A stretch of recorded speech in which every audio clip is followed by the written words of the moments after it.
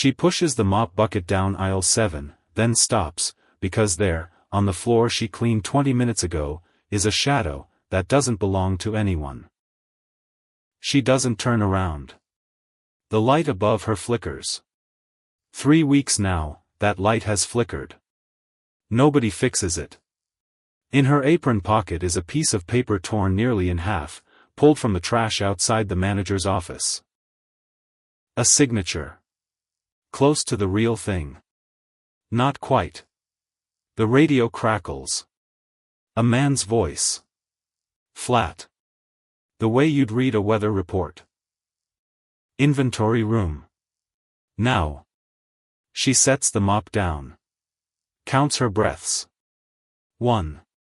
2. Then her hand slides into her pocket and presses the side button. Twice. A small red light comes on beneath the fabric, recording. A second heartbeat, hidden. She starts walking toward the end of the corridor. 16 steps. She counted them a long time ago. And the door down there is already open. The store closed at 10. By 10:15, the parking lot was empty. The cheerful overhead music cut off mid-song. The fluorescent lights in the sales floor dimmed to their overnight setting. That particular shade of gray, that made everything look like evidence. And Diana Reeves was still inside. She always was. She pushed the mop bucket down aisle 7, wheels squeaking against the polished floor. A sound that echoed. A sound nobody heard. The bucket was heavy. Her shoulders knew it. Her lower back knew it. 12 hours of knowing it, actually, if you counted the morning shift she'd picked up, because someone called in sick, and Ruth had looked at her, with that specific look. The one that said please without saying anything.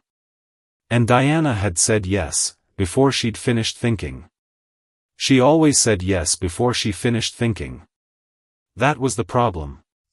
Aisle 7 smelled like cleaning solution and something else underneath. Something that didn't have a name. The smell of a place that processed 1,000 people a day and remembered none of them. Diana stopped at the end of the aisle. Looked at the floor she'd already mopped 20 minutes ago. Mopped it again anyway. Not because it was dirty.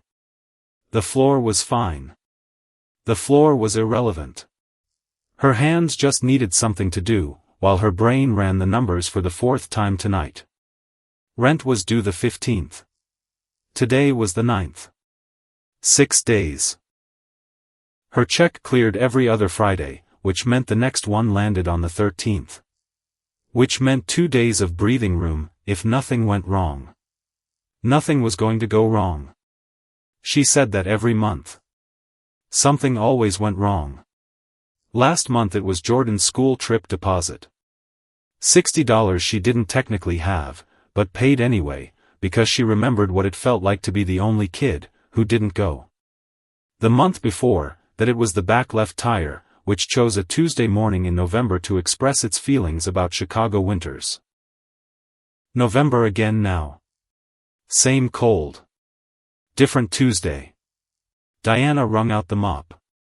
Watched the gray water drain back into the bucket. Somewhere above her, a light flickered. Store maintenance had been notified 3 weeks ago. The light was still flickering. She'd stopped filing maintenance requests in September. It felt like talking to a wall.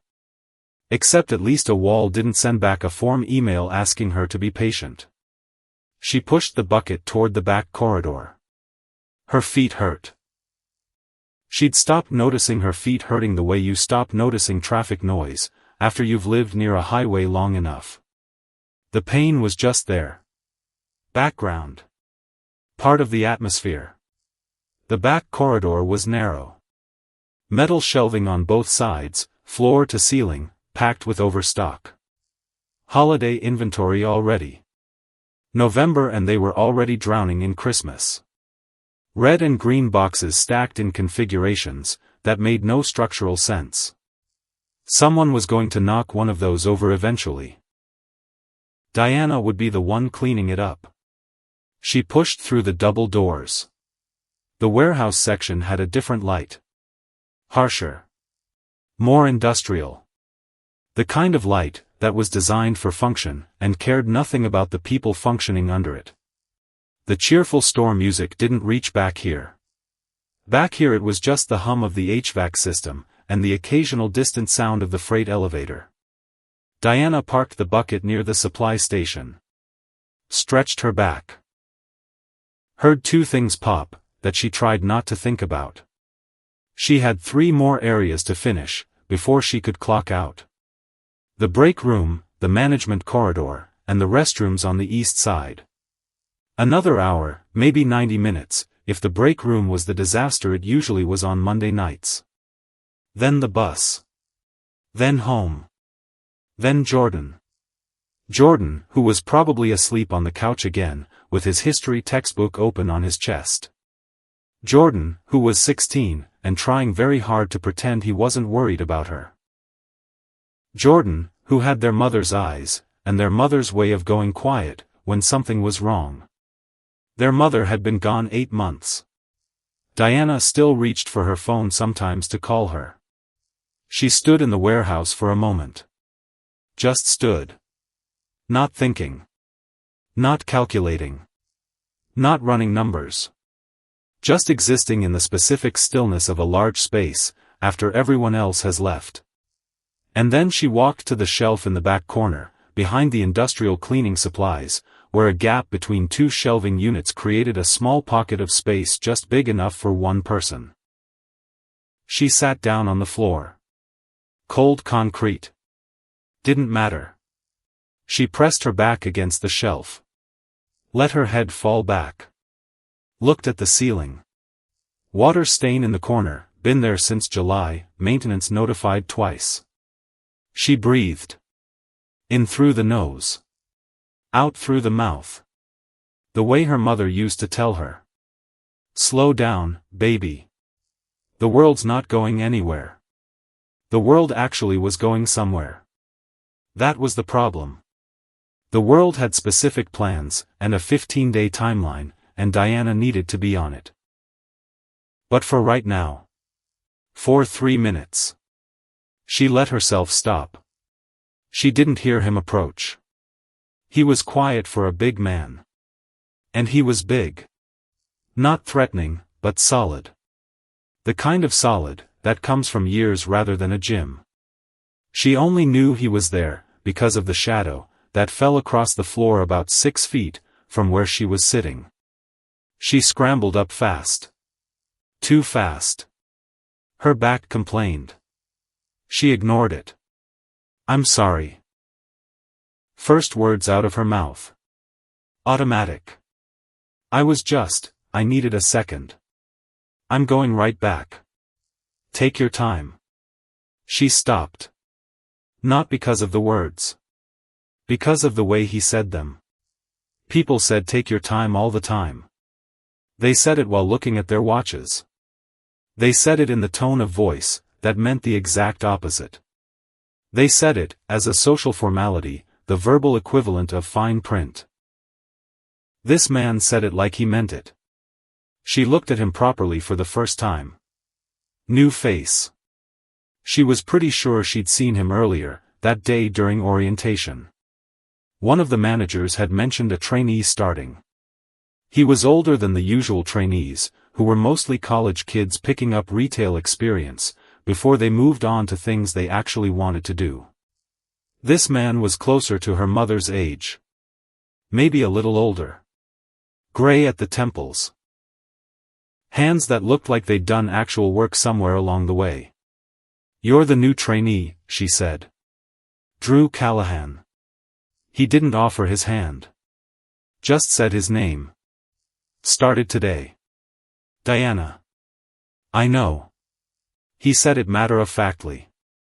Your name's on the cleaning assignment board outside the break room. Of course it was. She straightened her uniform. Tucked a loose strand of hair back under her cap. Resumed the posture she wore at work. Shoulders set, spine correct, expression neutral. The armor she put on every morning, and took off every night. "I should get back," she said. "You should eat something first." She blinked. "What?" "I saw you skip lunch." He wasn't accusing. Just stating. Like he might say it looks like rain, or the freight elevator is slow today. It's almost midnight.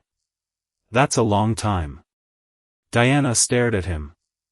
Nobody noticed things like that here. Nobody paid attention to whether the cleaning staff ate lunch. She'd worked in this building for 6 months, and she was fairly certain 3 of the managers didn't know her last name. "I'm fine," she said. "Okay." He turned to go. Just like that. No pushing. No follow-up. Just accepted what she said, and moved on, which was so different from what she'd expected, that she almost called after him. Almost. She didn't. She picked up her mop. Went back to work. Tried not to think about the fact that a stranger had just noticed something about her, that her supervisor of 6 months had never once registered. Victor Harmon arrived at 8:15 every morning. You didn't need to see him to know. You felt it first. A shift in the store's atmosphere. Conversations tapering off mid-sentence. The way the cashiers suddenly became very interested in their registers. The way the stock team found reasons to look busy even when they were already busy. A particular quality of alertness that had nothing to do with enthusiasm and everything to do with self-preservation. Then you heard it. The automatic doors. His footsteps. The specific pattern of a man who'd learned that sound preceded him and liked it that way. Then you saw him. Expensive watch. Hair combed back with something that held. A smile that arrived 2 seconds before the rest of his face caught up. Victor Harmon was the kind of handsome that had gone slightly wrong with age. Features that probably worked better at 30, now sitting a little too heavily on a frame that suggested he ate well and exercised just enough to feel virtuous about it. He shook hands like he was testing grip strength. Drew Callahan's orientation session was scheduled for 8:30, which meant Diana was still in the break room wiping down tables when Victor came in to personally welcome the new trainee. She could hear the presentation from where she was working. "We're a family here." Victor's voice carried. It was designed to carry. "That's not something I say because I'm supposed to say it. I say it because it's true. We take care of each other. We hold each other accountable. We expect excellence, because excellence is how we respect each other's time." Diana wrung out the cleaning cloth. She'd heard this speech before. Not word for word, but close enough. She'd heard it on her first day. She'd been encouraged by it, actually. Which seemed embarrassing now, the way certain memories become embarrassing once you understand the context better. She finished the table. Moved to the next one. Through the break room window, which looked out onto the main floor, she could see Victor steering Drew Callahan through the store with one hand on his shoulder. The guiding hand. The welcoming gesture. The same hand that yesterday had slammed a clipboard down on the returns desk 3 inches from a cashier's fingers because the processing queue was moving too slow. The cashier was 23. Name was Gretchen. She'd been trying very hard not to cry.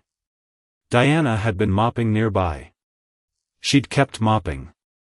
Because that was the arithmetic you did when you needed the job. The cost of saying something versus the cost of saying nothing. And the cost of saying something had a very clear price tag. She'd seen it applied before. Derek Mason had found out what that price was 3 months ago, when he'd made the mistake of asking why his overtime numbers weren't adding up. He wasn't here anymore. His locker had been cleaned out the same day. Diana sprayed disinfectant on the next table and wiped it in circles. Thought about Jordan's history textbook. Thought about the 15th. Kept her head down. The break room was, where you learn things, if you paid attention. Diana paid attention. She'd spent 6 months listening to conversations she wasn't part of. Not eavesdropping exactly. More like existing in proximity to other people's honesty. People talked in break rooms the way they talked in cars. Like no one was really listening. Like the space itself wasn't attached to the rest of the world. Ray Colton talked to his lunch the way other people talked to old friends. Ray was the kind of man who'd worked the same job for 8 years, and developed a specific relationship with it. Not exactly love, not exactly resignation, something quieter and more complicated. He brought the same lunch every day. Turkey on white bread, apple, thermos of coffee, that was slightly too strong by anyone else's standards. He'd been there the day Derek Mason was arrested. He hadn't said anything to Diana about it directly. But 3 days, after Derek was walked out, Ray had left a cup of coffee on Diana's cleaning cart, with a post-it note, that just said rough week. No signature. Didn't need one. She'd drunk the coffee standing up, quickly, in the supply corridor, where no one could see her, because if Victor saw her standing still for any reason, that wasn't on the schedule, there was always a conversation afterward. Those conversations always ended the same way. She'd started keeping track of them. In the Notes app on her phone, time-stamped. Not because she planned to do anything with the record. Just because it made her feel less crazy to have a log. To have proof that what she remembered was real. She was, in fact, not crazy. The log was very long. Drew Callahan made his way, through the store, that first day without fanfare.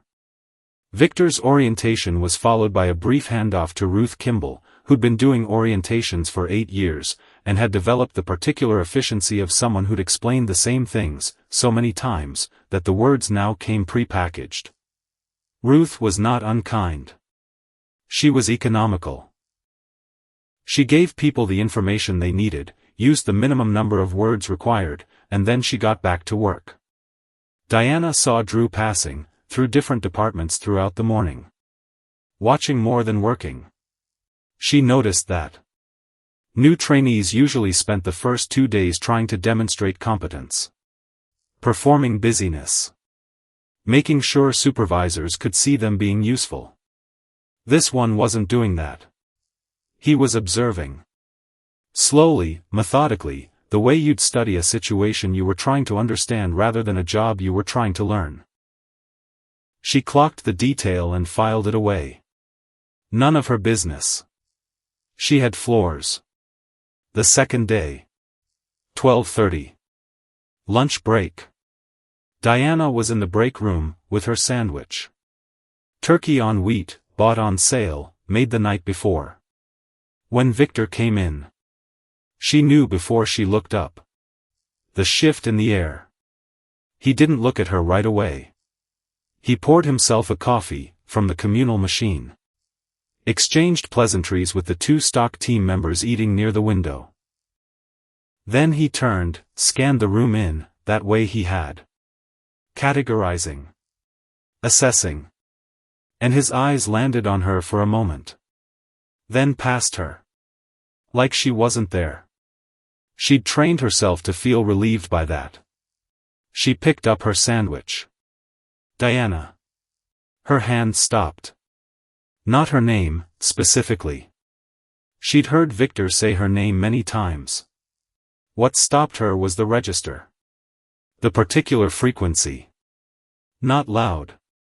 Victor was almost never loud in front of an audience. Volume was for people who needed it to establish authority. Victor had other methods. The East Corridor. He said it, with his back half-turned, still looking at the coffee machine, still performing casualness. Maintenance reported it needs attention this morning. I'd like it done before the afternoon rush. She set down the sandwich. Stood up. Of course, she said. Picked up her cleaning kit. Walked out. The East Corridor was fine. She found exactly nothing that required immediate attention. She cleaned it anyway, thoroughly, quickly, the way you did, when you suspected the request wasn't about the corridor, and never really had been. Then she went back. Her sandwich was still on the table. Drew Callahan was sitting 2 seats away, eating something from the vending machine, and he watched her sit back down, with an expression she couldn't quite read. Not pity. Not judgment. Something more careful than either. She didn't say anything. Ate the rest of the sandwich in silence. He didn't say anything either. Which was, somehow, the most respectful thing anyone had done for her in weeks. The panic happened on day 3. She'd been feeling it building since morning. That particular pressure behind the sternum, the shallow breathing she'd trained herself to hide, the sense that the walls of the store were doing something that walls weren't supposed to do. It had been a hard shift.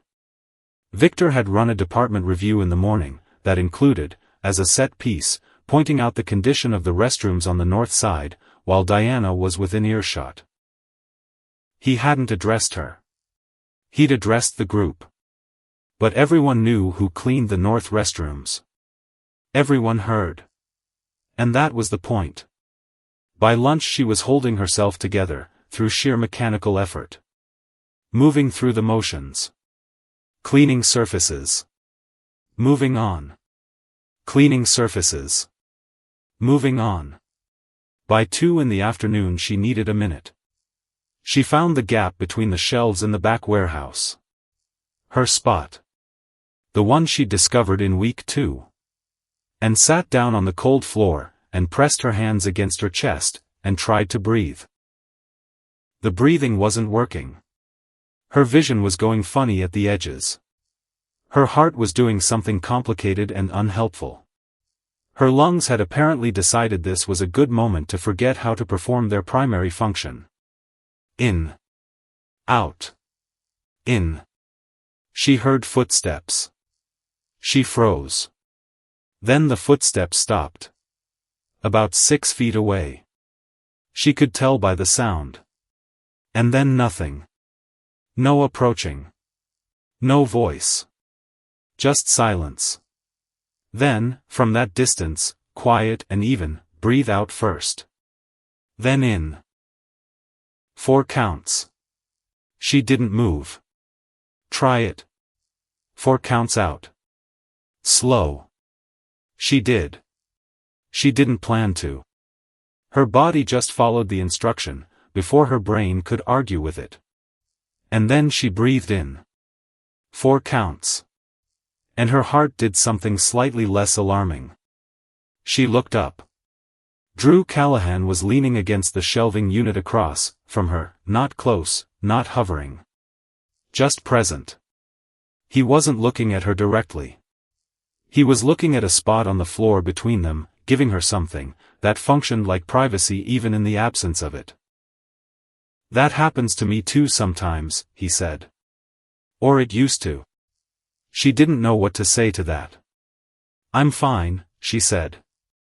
Because it was what she said. I know. He looked up then. I'm not asking. She studied him. 50-something. Gray at the temples. Hands that had done real work somewhere. Eyes that were doing the thing she'd noticed before. Not just looking, but seeing. Paying attention in the specific way of someone who'd learned that what was visible was usually not what mattered. He pushed himself off the shelving unit. Break room in 10 minutes, he said. I'm getting terrible vending machine food. You could come or not. He walked away. Just like that. She sat on the cold floor for another 2 minutes. Let her heartbeat return to something that didn't require management. Then she pulled herself up.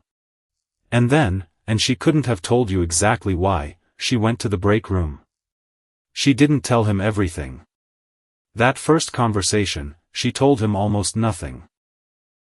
But almost nothing was more than she'd told anyone in this building in 6 months, and it still surprised her every time a sentence came out. She told him she'd been there since May. She told him she had a younger brother still in school. She told him she'd transferred from another location. She did not tell him about the transfer. What had preceded it? Why they'd moved her? What a fresh start at a new location had meant in practice. He didn't push. He told her he was between things. Which was a phrase that contained approximately no information. He told her the vending machine pretzels were overpriced for what they were. He told her the stock team worked too fast, because they were scared, and working scared always created errors, that created more work later, and someone should have noticed this a long time ago. She looked at him sideways. You notice a lot, she said. Occupational habit. From what occupation? He smiled at that. A specific kind of smile. Not evasive exactly, just redirecting. Like someone who'd had practice not answering certain questions, without seeming like they were not answering them. Operations, he said. She let it go. She didn't have the energy to investigate anyone else right now. She was using most of her available energy on basic operational maintenance. But she noticed it. Filed it. Went back to work. The end of week 1. Friday afternoon. 4 o'clock. The shift change hour, when the day crew clocked out, and the evening crew clocked in, and for 20 minutes the break room was actually full. Diana was cleaning the management corridor. The hallway that connected the manager's office, the conference room, and the inventory control room at the far end. The inventory room was always locked. She'd cleaned in it twice, under supervision, and each time Victor had stood in the doorway the entire time watching her work in a way that was designed to feel like observation and functioned like threat. She didn't like the inventory room. She didn't like anything about the management corridor, truthfully. It felt different from the rest of the store. Less like a workspace. More like a space that had a purpose it wasn't advertising. She was wiping down the hallway near the trash receptacle outside the manager's office, when she saw the paper. Sticking out of the top of the trash at an angle. Partially crumpled. Not shredded. She should have left it alone. She told herself to leave it alone. She glanced toward both ends of the corridor. Empty. She pulled it out. 2 pieces, torn almost in half, but not quite. She pressed them together at the seam. Cole Retail Corporation letterhead. Official formatting. Case number. Employee disciplinary report. The HR director's signature at the bottom. She knew that signature. She'd seen it on her own transfer paperwork 8 months ago. Long strokes, specific angle on the R, distinctive double loop. This wasn't it. Close. Very close. Someone had studied the real thing. But not quite. Her hands had gone very still. She pressed the paper flat.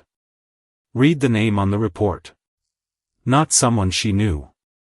Employee number, some department she didn't recognize, a list of violations that were specific enough to sound real and vague enough to be impossible to disprove.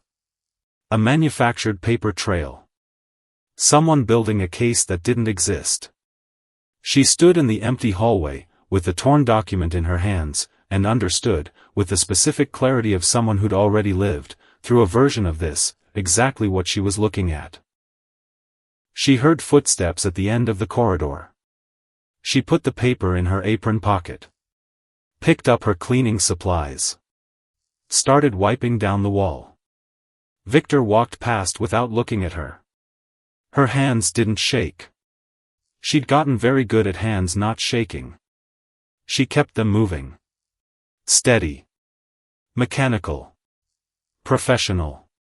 The paper in her pocket felt like something alive. That evening. 9:45. 15 minutes before closing. Diana was finishing the east side restrooms when she heard voices from the direction of the inventory corridor. Not loud. Low. the register of people who think they're alone. She'd developed very good ears for that particular register. She moved through the door that connected the east corridor to the receiving area. Slow. Quiet. The inventory room was at the far end. The door was half open. Light spilling out. Victor's voice first. The next rotation is Thursday. That gives us 4 days to clear the current volume. I want documentation finalized before the weekend. Then a woman's voice she recognized as Sandra Voss. Regional compliance, who'd come through twice this month for what were described as routine audits. The vendors are confirmed. Transfer happens off-site. From the company's perspective, every item in there is properly documented as damaged and disposed. Which it is, Victor said. Officially. A pause. The new trainee, Sandra said. What do you know about him? Silence. He asks questions, Victor said. Probably nothing. New people ask questions. Make sure it's nothing. Diana stood in the darkness of the receiving area. She did not move. She thought about the paper in her apron pocket. About Derek Mason's empty locker. About the specific face Victor had made the day the arrest happened. Not shocked. Just satisfied. The private satisfaction of someone watching a plan execute correctly. She thought about Jordan sleeping on the couch, with his history textbook. About the 15th. She let out a breath, so slow it barely made a sound. Then she walked back to the east restrooms, and finished cleaning them. Clocked out at exactly 10:03. Rode the bus home, through the cold November dark. Jordan was asleep on the couch. History textbook, exactly as predicted. She covered him with the blanket. Sat down on the kitchen floor. Back against the cabinet, knees pulled up. The torn paper was still in her apron pocket. She smoothed it out on the kitchen tile in front of her. Read it again in the yellow kitchen light. Looked at the fake signature. The real letterhead. The manufactured evidence of something that hadn't happened. She'd been in this situation before.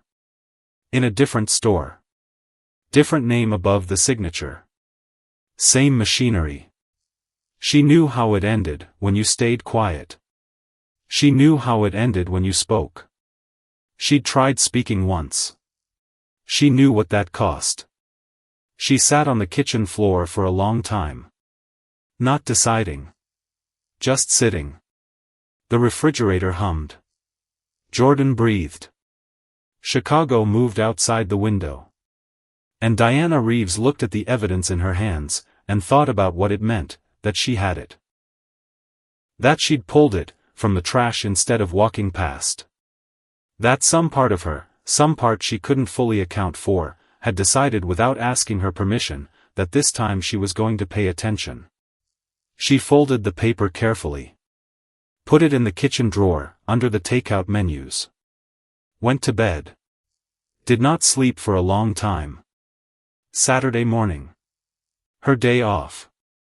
She cleaned the apartment instead of sleeping in, because idle hands, and active mind were a combination she'd learned not to trust. She did laundry. She made Jordan breakfast. Eggs, toast, the slightly past ripe orange he ate anyway, without complaint because he was 16, and breakfast was breakfast. You okay? He asked. Fine. You have that face. What face? The one where you're fine, but actually you're doing math. He pushed toast into his mouth. You've been doing math, since you got home last night. She looked at him. 16. Their mother's eyes. Their mother's specific gift for seeing past the thing people presented to the thing they were actually doing. I'm always doing math, she said. Yeah, but this is different math. She handed him the orange. Eat your fruit.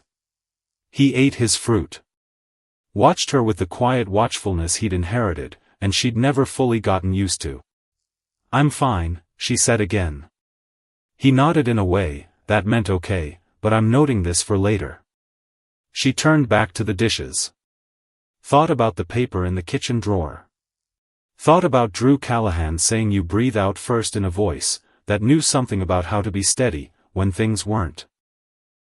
Thought about the fact that 6 months into this job, a trainee who'd been there 4 days had noticed more about her than her supervisor had in all that time. Which was either nothing. Or it was everything. Monday morning. Drew Callahan was in the break room when Diana arrived for her shift. He'd gotten there before her, which meant he'd been here before 8, which was unusual for a trainee who didn't technically start until 8:30. He had coffee. He had a notebook. Actual paper, spiral-bound, the kind that belonged in a different era. He was writing something that he closed when she came in. She set her cleaning kit on the hook by the door. He said, "There's a situation with the North Side return processing. Backlog since Thursday. Victor hasn't addressed it, and it's going to hit the floor numbers by Wednesday." She looked at him. "Why are you telling me?" "Because you know things about how this store works." "I clean it." "Right." He picked up his coffee. "People who clean see everything. Everyone else is too busy looking at their own section." She stood by the hook. Considered him. "You've been here 4 days, she said. "Almost 5. And you've already identified the return processing issue. And the scheduling problem in receiving. And the inventory discrepancy that nobody's filed a report on. And," he stopped. Set down the coffee. "I ask a lot of questions. I noticed. Does that bother you?" She thought about the paper in her kitchen drawer. "It depends," she said, "on what you plan to do with the answers." He looked at her steadily. "I'm still figuring that out," he said. She picked up her cleaning kit. "Don't figure too loudly," she said. "Victor notices people who figure things out." She went to start her shift.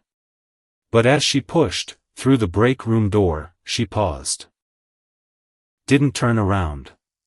"There's a discrepancy in the disposal logs," she said. "Returns documentation. November and October both. The numbers don't match what's actually in the inventory room." Silence behind her. "How do you know what's in the inventory room?" he asked. "I clean in there sometimes." Late. Another silence. Different from the first one. "Diana." She waited. "Thank you," he said. She pushed through the door. Went to work. Her hands were steady. She wasn't sure when that had started. But she noticed it. Filed it. And somewhere in the machinery of fear that had governed the last 6 months of her life, something shifted. Not much. Not dramatically. Not enough to feel like rescue. Just enough to feel like air. The second week started with cold. Not the outside kind. Chicago had that too. November doing what November did, gray and committed.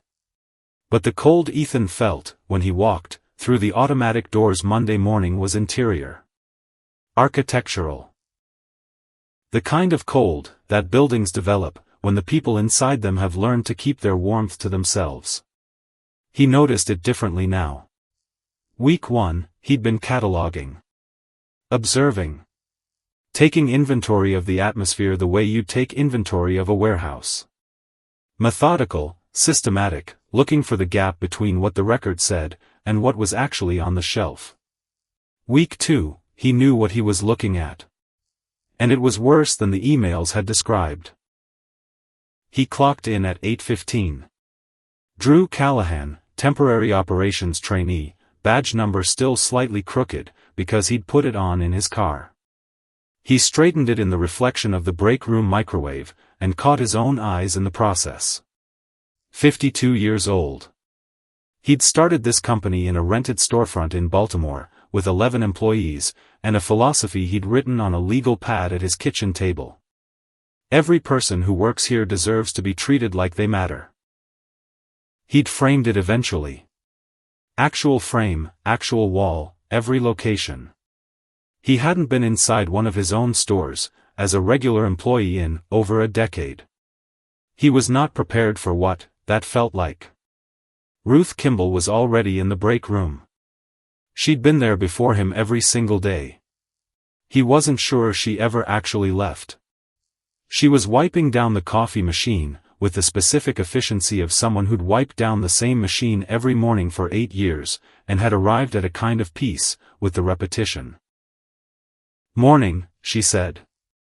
Without looking up. "Morning, Ruth." She handed him a cup without being asked. He hadn't known he needed it, until that moment. He sat down. Thought about the USB drive in his jacket pocket. Ray Colton had pressed it into his hand Friday morning in the parking lot. No explanation, no context, just the weight of it, and 2 words. "Don't wait." And then Ray had walked back into the store like nothing had happened, like he hadn't just handed a man he didn't know the culmination of 2 years of quiet, careful, dangerous documentation. Ethan hadn't been able to access it yet. Not safely. His regular phone was locked in a safe deposit box across town. His personal laptop was at his apartment. The Drew Callahan phone was clean. Basic, traceable by Victor's IT team, if they were monitoring trainee devices, which he now suspected they were. He needed to move. But moving meant showing his hand.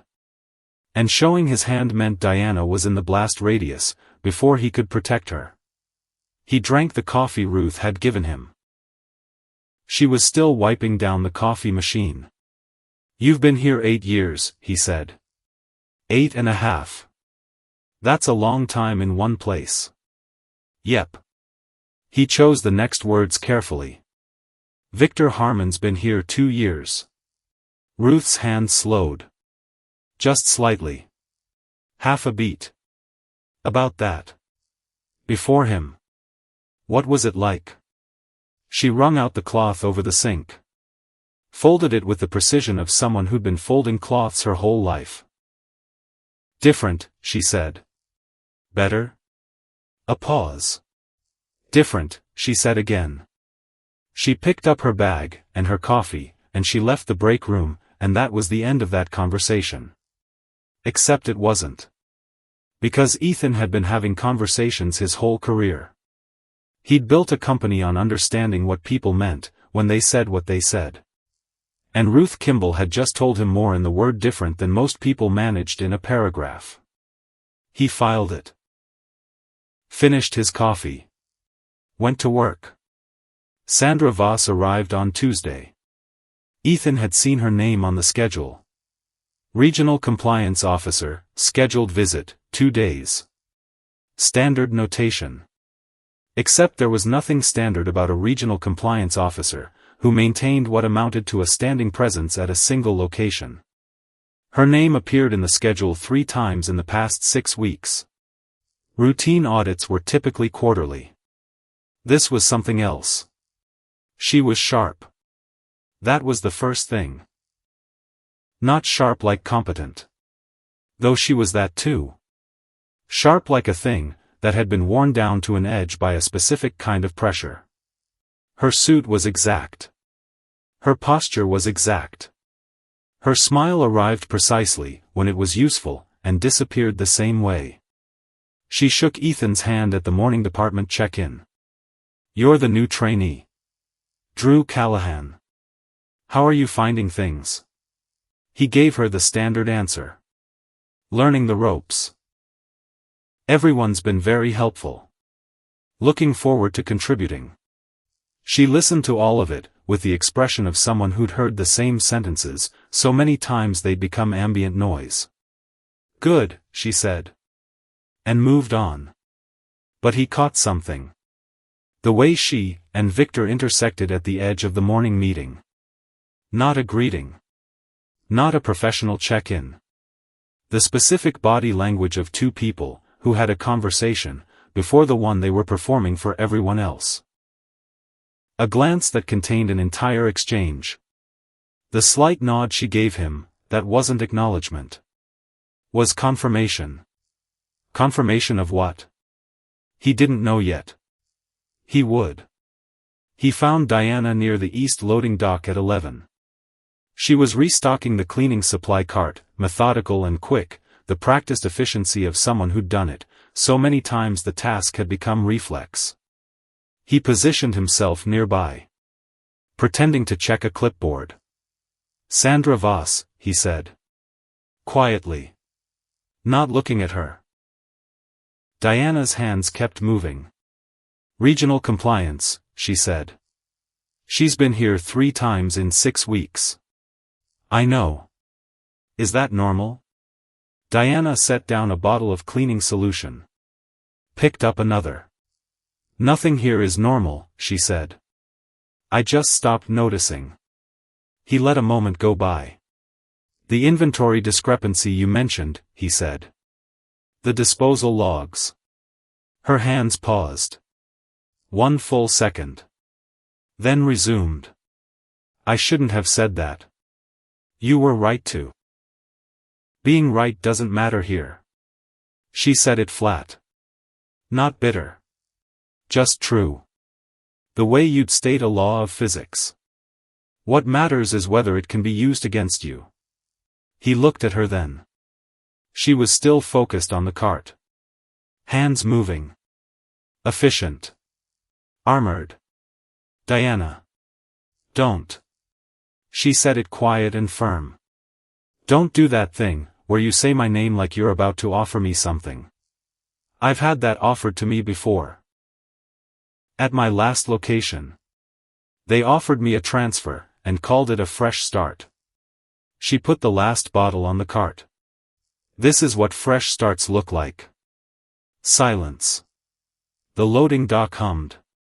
Someone's forklift beeped in the distance. "Derek Mason," Ethan said. Her hands went completely still. "What about him?"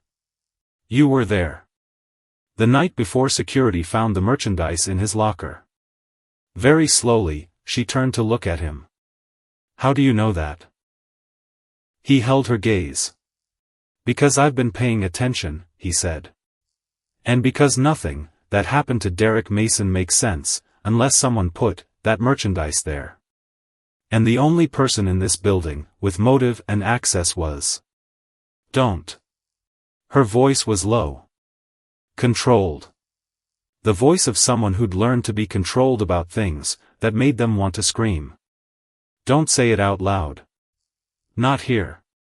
"Where, then?" She looked at him for a long moment. Something moving behind her eyes. Calculation and something older than calculation. The weighing of risk against risk. "There's a diner 2 blocks east," she said. "I go there before my shift sometimes. Opens at 6. She picked up the cart. Walked away. Ethan stood at the loading dock in the November cold. Thought, she knows exactly what happened to Derek Mason. Thought, she's been carrying that for 3 months. Thought, that's what this kind of thing costs. Not the job. Not the paycheck. The weight of the thing you saw, and couldn't say. He put his clipboard under his arm. Went back to work. Wednesday morning. 6:15. The diner was called Eddie's. It had been called Eddie's for probably 40 years based on the sign, which was the kind of sign that had outlasted multiple redesigns of the surrounding block, and wore its age without apology. Inside, vinyl booths, coffee that arrived, before you asked, a specific kind of silence, that meant the morning regulars were all still inside their own heads. Diana was already in the back booth. Ethan slid in across from her. The waitress appeared. He ordered coffee. She already had hers. They sat. He waited. She looked out the window at the street for a moment. Then she started talking. Not with preamble. Not with the throat clearing that people did when they were about to say something hard. Just started. Like she'd rehearsed the words so many times in her own head, that the performance of them was the last thing left. It was a Thursday, she said. I was cleaning the east receiving area. Late. Maybe 9:30. Victor was in the building. He stays late sometimes. I used to think it was just dedication. I don't think that anymore. The camera on the east receiving corridor goes out sometimes. Maintenance has been notified. She paused. Maintenance has been notified 6 times. Ethan said nothing. He went into the locker area, with a box, she said. I was behind the shelving unit. I don't think he knew I was there. He used his master key on Derek's locker. Took maybe 90 seconds. Came back out without the box. Silence. The next morning security found the merchandise, she said. Derek was arrested at 2 in the afternoon. I was cleaning the south floor. I heard it happen. She wrapped both hands around her coffee cup. His kids were there. He'd brought them in, after school because it was a half day. Ethan closed his eyes. Opened them. His kids were there, he said. 2 of them. Young. His daughter started crying, when they put the cuffs on, and Derek kept saying it's okay, I'll explain later, and she stopped. Looked back out the window. He hasn't been able to explain. Because he couldn't. Because explaining required someone to believe him. And no one believed him, because the merchandise was in his locker, and the only camera that would have shown anything else was broken. The diner moved around them. Coffee cups. Morning people. The small ordinary transactions of a day beginning. I recorded it, she said. Ethan looked at her. That night. What I saw. I made a voice memo on my phone right after. Time-stamped. Everything I witnessed in the order I witnessed it. She finally looked at him directly. I don't know what it's worth. I don't know if it's enough. But I have it. He felt something in his chest. Not sentiment. Something harder than that. The specific feeling of watching someone do a brave thing quietly, without audience, without guarantee, and then carry the result alone for 3 months. It's worth something, he said. To who? That was the question, wasn't it? To the right person, he said. She studied him. You keep saying things like that, she said. Like you know what the right person looks like. I might. Might isn't enough. She picked up her coffee. In this building, might gets you fired, with a paper trail, that makes it look like your fault. He leaned forward slightly. Diana. I need to ask you something directly. Okay. The disposal logs. The inventory discrepancy. The locked room. How long has that been happening? She was quiet for a moment. Long enough that the waitress came by, and refilled her coffee, without being asked. Since before I got here, she said. Maybe longer. But definitely the whole 6 months I've been there. The pattern is consistent. Returns come in, high-value items. Electronics, mostly. They're logged as damaged beyond resale. Officially destroyed. But I've cleaned that room twice, and what's in those boxes isn't destroyed merchandise waiting for disposal. It's merchandise waiting for something else. How much do you think? She shook her head. I don't do their math. I just clean their floors. But she knew. He could see it in the way she said it. She'd done the math. She just didn't want to say a number out loud in a diner 2 blocks from the store, and have it be real. Ray Colton, he said. Something flickered. What about him? He's been there 8 years. 7.5. He sees things. Another flicker. Everyone sees things, she said. Seeing isn't the problem. No, Ethan said. It isn't. He picked up his own coffee. They sat in the morning quiet of Eddie's diner for another 10 minutes, and didn't say much else. But something had changed. Something in the air between them. Not warmer exactly. More solid. The specific quality that comes when two people have acknowledged the same reality out loud for the first time, and neither of them fell apart. She left first. She always had to leave first. He sat with the rest of his coffee, and thought about Derek Mason's kids. 2 of them. Young. It's okay. I'll explain later. Thursday. Sandra Voss called a compliance review for the afternoon.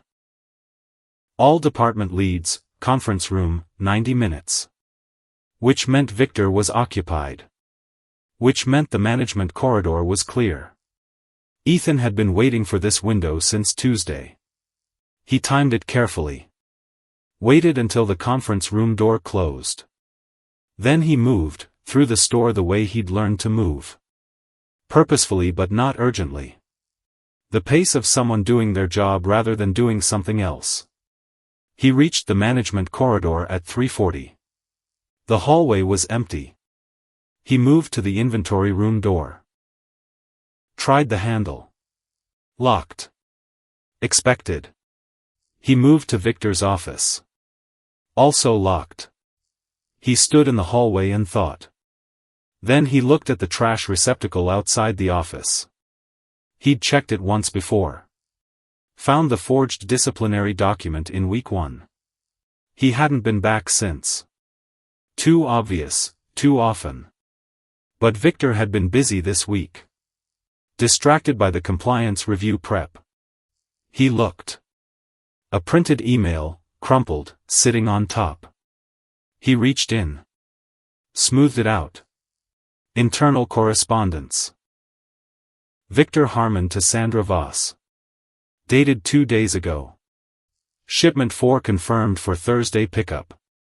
All documentation in order. Loss reports filed, as D&D, damaged and disposed. Regional audit cleared through your office. Buyers confirmed at secondary location. Transfer clean. No paper trail above our level. Ethan read it twice. Then he photographed it. Then he put it back in the trash exactly, as he'd found it, and walked to the far end of the corridor, and stood there for a moment, with his back against the wall. $800,000. That was his conservative estimate, from what Ray's USB would likely confirm. Maybe more. 22 months of systematic theft, from his own company, running through his own inventory systems, hidden behind documentation bearing his company's official seals. And Sandra Voss, the woman whose job was specifically to prevent this, had her office stamp on the cover. He breathed. Steady. In the way he'd told Diana to breathe. Because here was the thing about the moment you understood the full scope of a problem. You couldn't let the scope of it knock you off your feet. You had to let it settle. You had to let the anger go somewhere useful instead of somewhere reactive. He pushed off the wall. Went back to the floor. That same Thursday. Diana came to find him. Which was new. She'd never done that before. She'd accepted his proximity, had let him, into the peripheral space of her workday. But she'd never actively sought him out. He was in the receiving area, checking in a delivery, when he heard her cart wheels.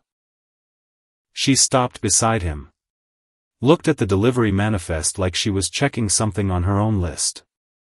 They changed my schedule, she said. He kept his eyes on the manifest. What kind of change? Overnight. Solo. Starting Monday. The words were neutral. Her voice was neutral. But he'd been watching Diana Reeves for almost 2 weeks, and he knew what neutral sounded like, when it was covering something else. Who authorized it? Victor. Memo came through this morning. Full building. Midnight to 6. Me and the overnight security guard. She made a small mark on an imaginary list. Philip Norwood. He's decent enough. But he does rounds. Alone in sections for 20 minutes at a time. 20 minutes. That was enough time for a lot of things. Diana. I know. She said it, before he could say whatever he was going to say. I know what it is. I've seen this pattern before. First the schedule change. Then a paper trail of violations. Then a documented reason to let me go with cause. She moved the cart slightly. Adjusted a bottle on the shelf. I have two options. Refuse the schedule change, and get terminated immediately for insubordination. Or take it. And if you take it?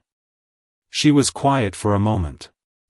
Then I'm alone in a building, with a man who's already done what I know he did to Derek Mason. And evidence that could sink his entire operation is sitting in my phone, in my kitchen drawer, and in my head. She straightened. So. That's where we are. Ethan put down the manifest. Looked at her. I need 3 more days, he said. She looked back at him. 3 days to what? And here was the moment. The line. The place where Drew Callahan the trainee ended, and the thing he actually was began to push, through the surface. He couldn't say it yet. Not here. Not surrounded by Victor's store. To make sure, that when something happens, he said carefully, it doesn't come back on you. She studied him for a very long time. 6 seconds. 7. You're not a trainee, she said. Not a question. I'm not, he said. She nodded. Once. The nod of someone who'd suspected something, and now had it confirmed, and was deciding what to do with that. 3 days, she said. 3 days. She pushed the card away. He watched her go. Thought, she could have asked, who he was right then. She had every right to. She could have demanded answers. She could have walked away entirely. Could have decided, that one more person, who wasn't what they claimed to be was one too many. She'd given him 3 days instead. Because she was calculating. Because she was smart. Because 6 months of surviving Victor Harmon had made her exceptionally good at measuring, which risks were worth taking. And she'd decided he was worth 3 days. He wasn't going to waste them. Friday morning. 6 o'clock. The parking lot was empty except for 2 cars. The opening manager's and his own. Chicago was doing the specific thing it did in mid-November, where the cold arrived, before the light, and the light arrived reluctant. Ray Colton pulled in at 6:07. He parked 3 spaces away. Didn't look at Ethan's car. Sat there for a moment. Then he got out, and walked past Ethan's car, without stopping and said, very quietly, to the air in front of him, USB has everything I could get. Financial records, internal emails, altered inventory logs, the shell company the merchandise is being funneled through. 2 years. I started when I realized what they did to Derek wasn't an accident. He didn't stop walking. Ethan sat in his car. Don't let them win. That's what Ray had said a week ago. He thought about Ray Colton, 7.5 years in this store, watching the thing he'd worked in slowly become something else, collecting evidence with no clear plan for what to do with it, just the persistent conviction that documentation mattered. That truth recorded was different from truth lost. He thought about what that kind of quiet courage looked like, from the inside. Nothing like the movies. Probably looked a lot like going to work every day. Doing your job. Keeping your eyes open. Saving what you could. He got out of his car. Went to work. Friday afternoon. He got the call, from his head of security at 2:15. Not to his Drew Callahan phone. That phone he'd kept clean. He'd bought a third phone. Burner, cash, no trail. Specifically for contact with his actual life, and he kept it in his jacket's inner pocket, vibration only. He felt it buzz during a receiving inventory count. He excused himself to the restroom. Locked the door. Anonymous email went to the board this morning. Detailed allegations about Store 01. Theft, fraud, falsified reports, employee harassment. The board wants an immediate formal audit. I've been stalling for 48 hours, but they're pushing. Someone inside knows there's an investigation happening. Or thinks there is. You have maybe 72 hours, before corporate comes in officially. 72 hours. He stood in the employee restroom, and looked at his own reflection. Gray at the temples. Lines he didn't have at 40. The face of a man who'd spent 3 decades building something, and was now standing inside the evidence of how it could be dismantled, from within while the building itself looked fine, from the outside. He typed back, stall. No formal audit until I say. This is a direct order. A pause. Then, understood. But Ethan, if the board overrides you. They won't. Keep stalling. He pocketed the phone. Washed his hands. Looked at his reflection again. 72 hours. 3 days, he'd told Diana. Which meant the 3 days he'd promised her, and the 3 days he actually had were exactly the same window. Which meant no more patience. No more slow observation. The next move had to be real. Friday night. He stayed late. Not unusual anymore. He'd established the pattern of a dedicated trainee, always a few minutes past clock out, always finding something extra to check. Victor had started to relax around him. Not trust. Victor didn't trust. But he'd stopped actively watching Drew Callahan the way he watched new employees for the first week. That was the window. At 9:30, with the floor staff mostly gone, and the evening team winding down, Ethan found a corner of the stock room, with sight lines to both exits, and opened his laptop. The one from his car, the real one, which he'd brought in tonight inside the same cheap backpack Drew Callahan had used every day. He plugged in the USB. It took a moment to load. Then it opened. And what was on that drive was worse than he'd expected. Which was saying something, because he'd expected it to be bad. Ray had been meticulous. Organized by date, by transaction type, by document category. 2 years of financial records showing merchandise flowing out, through a phantom vendor. Harmon had created a legitimate-looking company, gotten it registered in the Cole retail system, as an approved resale partner, and had been routing stolen goods, through it with full digital paper trails, that looked, to any cursory audit, like standard damaged merchandise disposal. Sandra Voss's compliance report signed off on every quarterly review.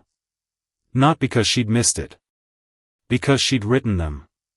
Ethan sat in the stock room, with the cold light of the laptop on his face, and read through 2 years of it. Carefully. All of it. $840,000. That was the number Ray had tracked. Plus the employees. The spreadsheet Ray had built, a separate file labeled pattern, documented 26 employees, over 2 years.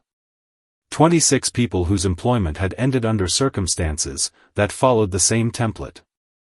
Paper trail built over 2 to 4 weeks. Violation reports. Customer complaints. Time card irregularities. Then termination for cause. Then silence, because terminated for cause employees couldn't collect unemployment, and couldn't afford lawyers, and didn't have the documentation to fight back, because the documentation belonged to the company. 26 names. Derek Mason was number 19. Diana's name wasn't on the list yet. But there was a draft file. Recent. Labeled with her employee number. For violations already documented. A customer complaint from last week. 2 time card discrepancies. 1 record of leaving an area unattended. He stared at her employee number on his screen. 4 violations. Built in the last 10 days. Which meant they'd started the process on her the same week he'd arrived. Which meant either his arrival had triggered it, or her arrival at that specific phase, when she'd seen too much, and started to be a risk, had already put her in motion, before he got there. He closed the laptop. Sat in the empty stock room. Think. He had the USB. He had the email he'd photographed. He had his own recordings. He had Diana's voice memo. He had Ray Colton's documentation. He had the testimony of every employee on that list if they'd give it. What he needed now was not more evidence. What he needed was to move before Monday. Because Monday was Diana's first solo overnight shift.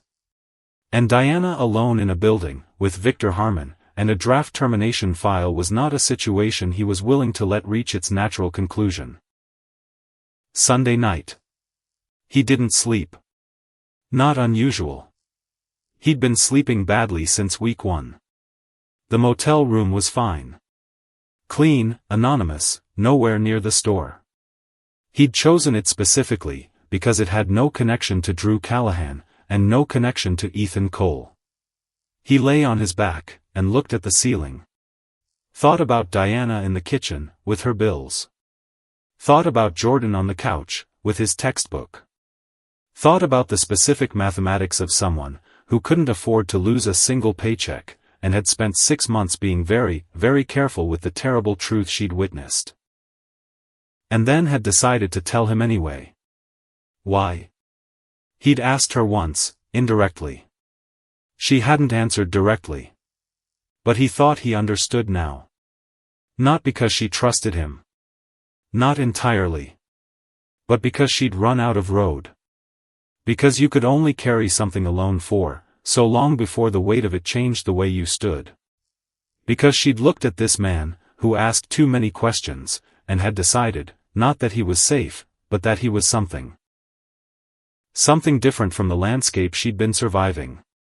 And different was all she had to work with. He sat up. Picked up the burner phone. Texted his head of security a single number. The direct line for the FBI field office in Chicago. He'd had it for years. Never needed it the way he needed it right now. Call this number at 8 a.m. Monday. Tell them Cole Retail CEO has evidence of fraud, embezzlement, and labor law violations at Store 01. Request white-collar crime unit. Not local PD, federal. A long pause. Then, understood. You sure you want to do it this way? He thought about Diana's voice in the diner. Being right doesn't matter here. What matters is whether it can be used against you.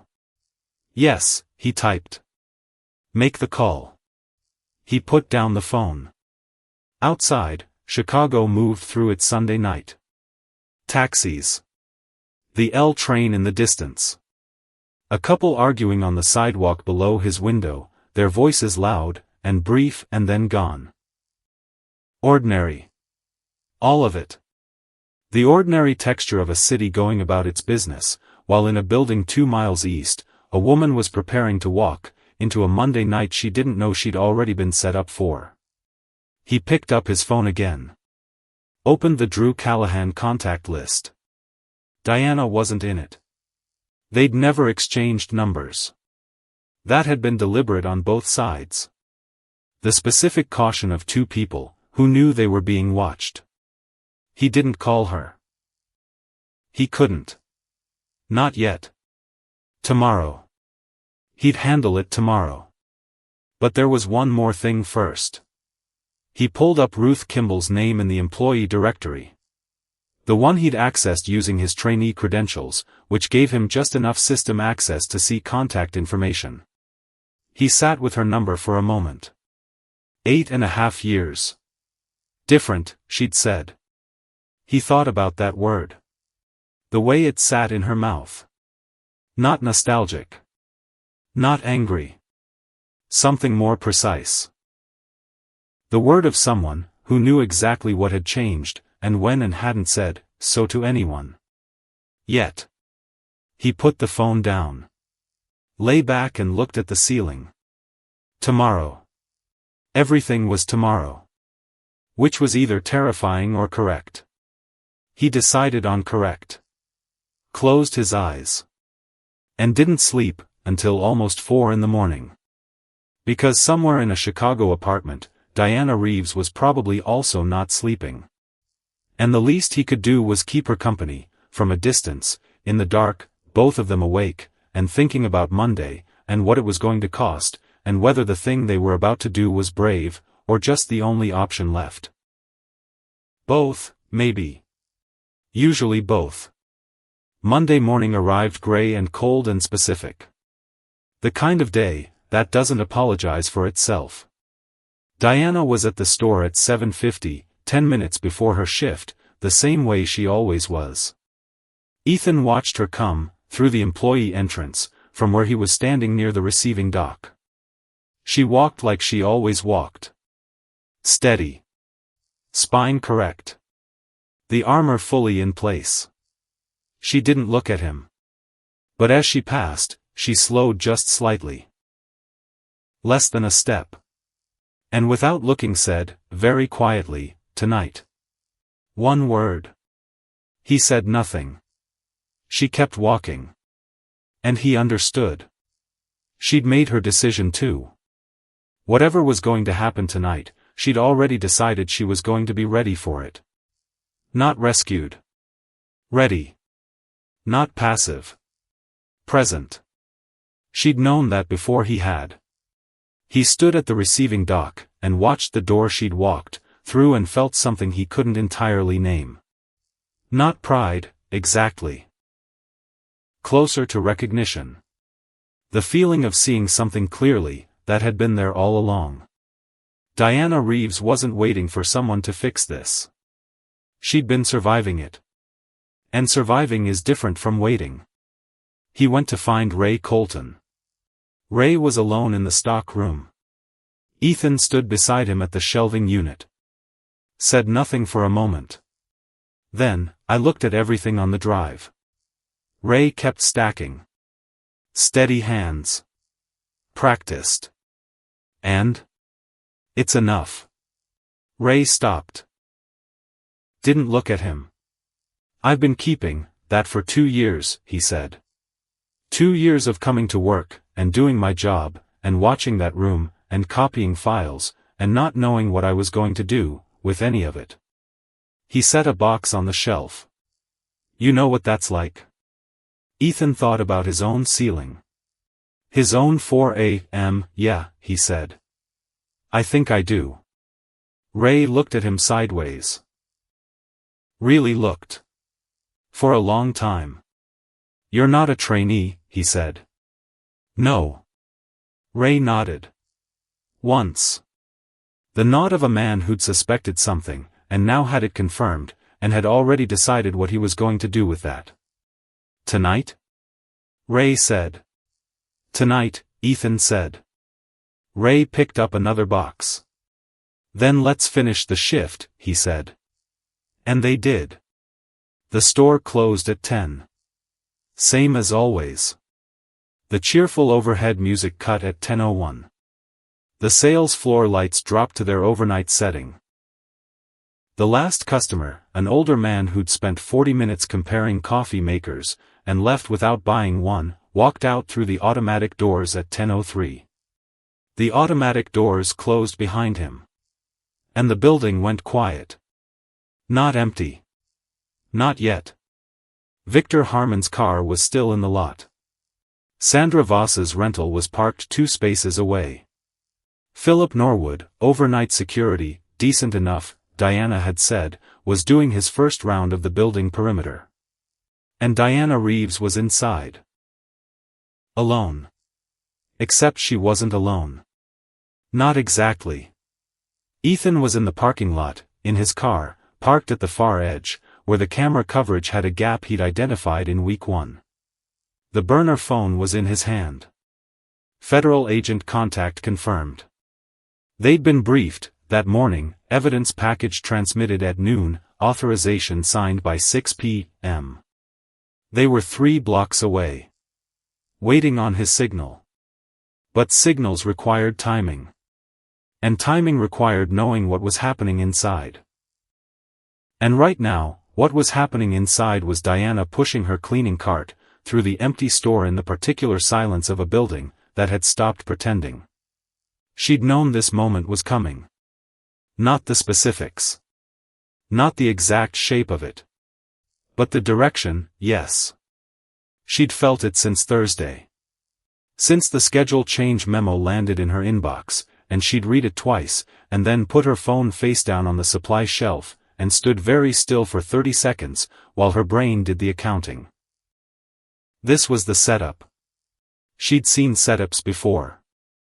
The question wasn't whether it was a setup. The question was what she was going to do about it. She'd made her decision Friday night, alone in the kitchen, Jordan asleep down the hall, the torn document, from week 1 still in the kitchen drawer, where she'd been keeping it like a talisman. Or a reminder. She wasn't sure which. She'd opened the voice memo app. Looked at the recording she'd made the night she witnessed what Victor did to Derek Mason's locker. Time-stamped. Detailed. Her own voice, low and steady, describing everything she'd seen in the order she'd seen it. 3 months old. She'd been carrying it for 3 months like something she was afraid to look at directly. And she'd thought, if tonight is, when this ends, however it ends, then tonight needs to mean something. Tonight needs to leave a mark, that isn't just on me. So she'd done something. Simple. Practical. The kind of thing you did, when you understood, that waiting for the right moment was how you ended up, with no moments at all. She'd downloaded a different app. One with automatic cloud backup. Continuous recording. The kind that kept running even if the phone locked. Even if someone tried to stop it. She'd tested it twice. It worked. 10:22. She was in the main aisle, with the mop, when Victor's radio crackled. His voice. Flat. Deliberate. Diana. Inventory room. Now. She stopped pushing the cart. 1 second. Just one. Her hand went to her apron pocket. Felt the shape of the phone, through the fabric. She pressed the side button. Twice. The recording app opened. Started. She put it back in her pocket. Picked up her cart. Started walking. The inventory room was at the end of the management corridor. She'd been down this hallway 100 times. It had never felt this long. Not because she was afraid. Well. She was afraid. Fear was present. It had been present every single day for 6 months, and she'd learned to work around it the way you learn to work around a piece of furniture in a dark room. You knew it was there. You moved accordingly.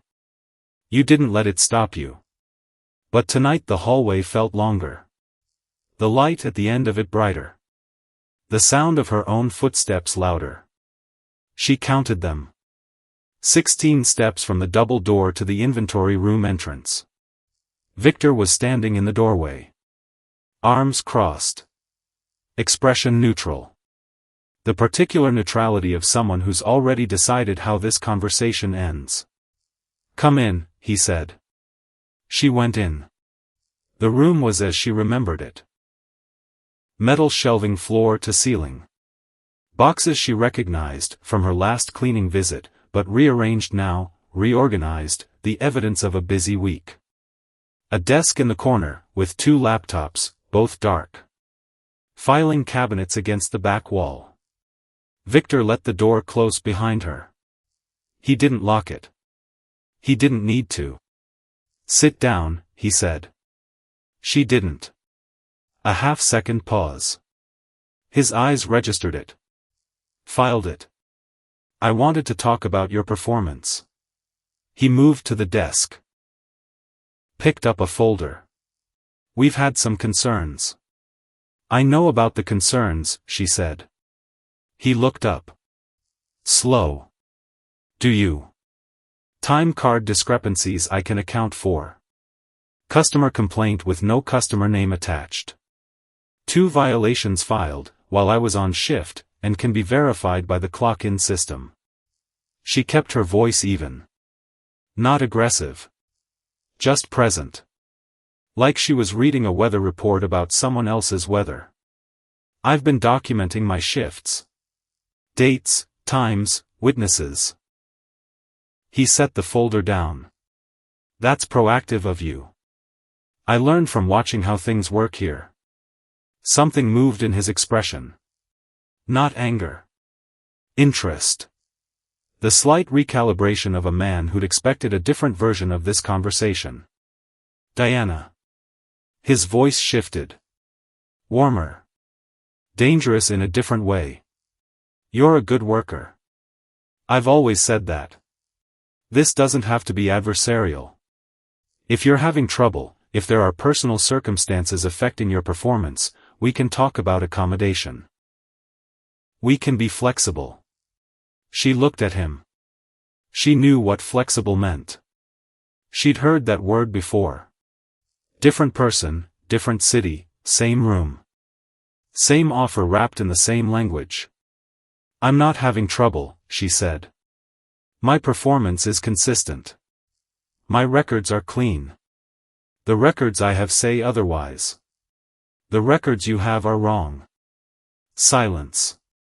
Long silence. The kind that had weight. Victor walked toward her. Slowly. The way someone walked, when they were very confident about the geometry of a room. "I'm going to be direct with you," he said. "The documentation we have on file is sufficient to terminate your employment. With cause. Which means no unemployment. No appeal. You'd be finished by Wednesday." She said nothing. "Unless," he said, "we can reach an understanding." He was close now. Too close. She didn't step back. "About what?" she said. "About what it means to be a team player. About certain questions that have been getting asked around this building, that probably shouldn't be getting asked. About what you may, or may not have seen in the past few months." She held very still. "I'm not sure what you mean," she said. "I think you are." He reached for her arm. The same arm. The same spot, where the old bruising had just faded. And Diana Reeves looked at him. Looked at him directly, the way she hadn't been able to look at him for 6 months, because looking directly had cost things she couldn't afford to lose. And she said, clearly and calmly, and for the recording in her pocket, "Take your hand off me." Victor's grip tightened. And the door opened. Ethan Cole walked in. Not Drew Callahan. Ethan Cole. No hoodie. No baseball cap. No cheap backpack. He was wearing the jacket he'd worn to his board meetings last month, because he'd grabbed it, from his car, before coming in, and hadn't thought about it, and it didn't matter anyway, because the point wasn't the jacket. The point was the way Victor Harmon's face changed. It went through several stages very quickly. Confusion first. Because the man walking in was recognizably the trainee, same face, same gray temples, but something about him was completely different. The way he stood. The way he moved. The specific quality of a man, who had walked into every room he'd ever entered knowing he owned something important about it. Then recognition. Then, very briefly, something that looked almost like hope. The hope of a man seeing a way out. Then nothing. Because Ethan looked at Victor's hand on Diana's arm, and his face went completely still, and in that stillness was something that required no interpretation. Victor released her. "You're not a trainee," he said. "No. Who are you?" "My name is Ethan Cole." A pause. Just one. "I built this company. The inventory room was very quiet. Diana took one step sideways, away from Victor, and exhaled one breath. Just one. Victor's eyes moved fast. Calculating. The assessment of a man who'd built his career on reading situations, and finding his angle in them. Whatever you think you've seen, he started. I have recordings, Ethan said. Yours and Sandra's conversation from Friday. The disposal process. The buyers. The documentation you described as clean. He reached into his jacket pocket. Held up a thumb drive. I also have 2 years of financial records. Every transaction. Every vendor code. Every signed compliance report. Victor said nothing. I have testimony, from a witness, who saw you access Derek Mason's locker the night before security found the merchandise. Ethan's voice was steady. Factual. The voice he used in boardrooms, when the facts were doing the work, and emotion was irrelevant. I have 37 documented instances of employee intimidation across 26 personnel files. I have a forged HR signature on a disciplinary report that I pulled from your trash in week 1. Still nothing. And, Ethan said, the woman standing next to you has been recording this conversation since she walked into this room. Victor looked at Diana. She met his eyes. Didn't look away. You're done, Ethan said. Simply. The way you'd say it's raining. Or the meeting is over. Or this is the last time. Victor moved. Not toward Ethan. Toward the door. The specific, reflexive movement of a man whose calculation had landed on one remaining option. Ethan pressed a button on the burner phone in his jacket pocket. One button.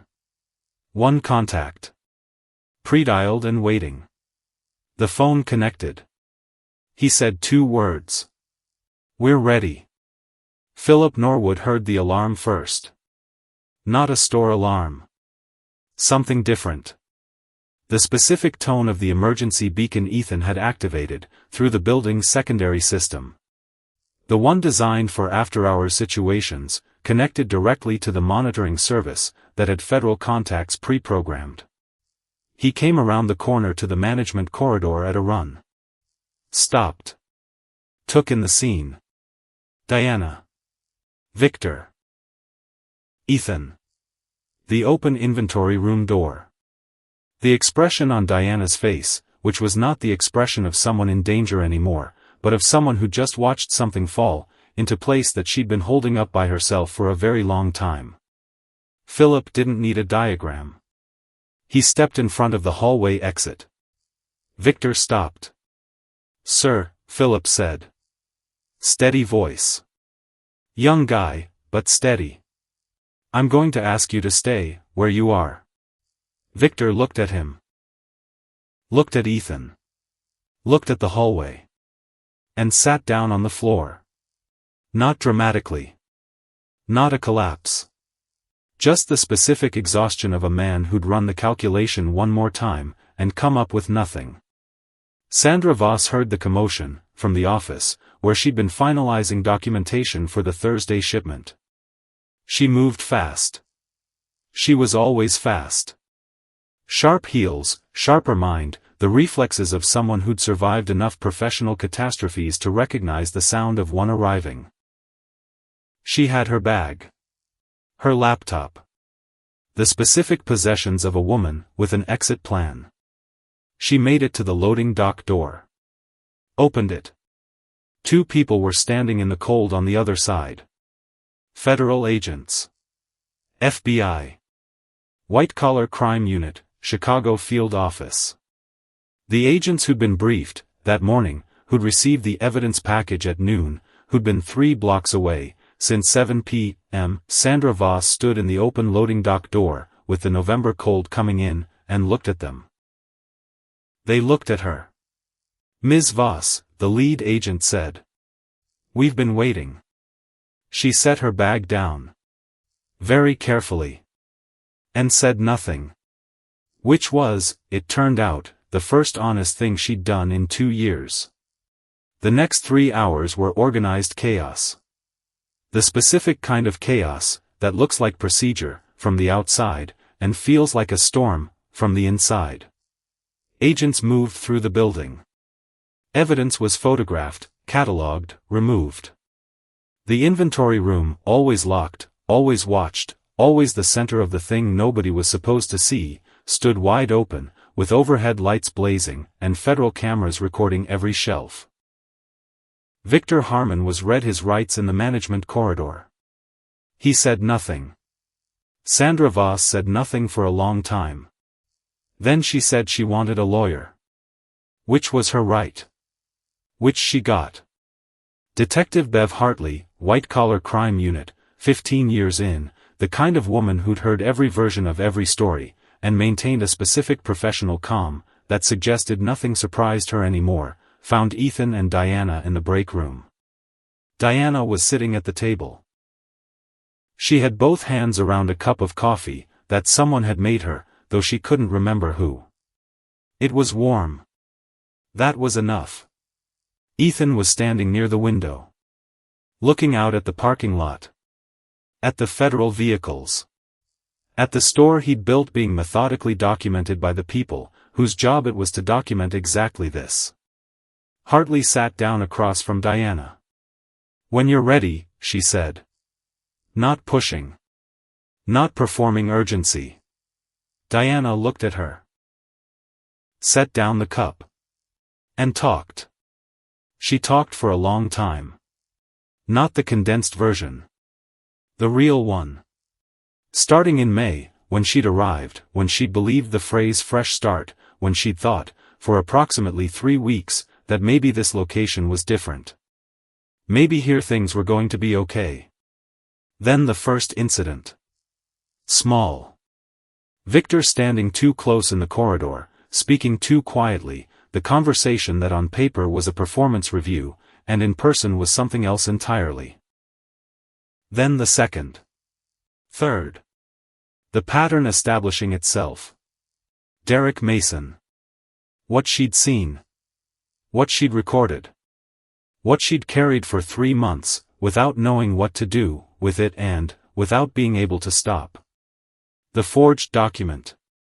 The disposal logs. The overheard conversation between Victor and Sandra about Thursday's shipment. And then tonight. Hartley took notes. Asked quiet questions. Nothing leading. Just clarifying. When Diana finished, Hartley looked at her for a moment. "The voice memo you mentioned," she said. "The one you made the night of the Mason incident. Is that still accessible?" Diana pulled out her phone. Opened the app. 3 months and 4 days old. 6 minutes and 42 seconds long. She slid the phone across the table. Hartley looked at it. Didn't touch it yet. "And tonight's recording," she said. "The one from the inventory room." Diana opened the other app. "The new one. The one with cloud backup. 47 minutes and 16 seconds. Hartley looked at that too. Then she looked at Diana. "Ms. Reeves," she said. "I want to be clear about something. What you did tonight, activating that recording, before you went into that room, that was independent action. That was your decision. Whatever else this investigation produces, you produced evidence tonight, that was entirely your own." Diana said nothing. "That matters," Hartley said. "Legally and otherwise." Diana picked up her coffee. Drank. "I know," she said. "Ethan called his head of security at 1 in the morning. Stood outside the store in the cold. The parking lot was full of vehicles that hadn't been there 6 hours ago.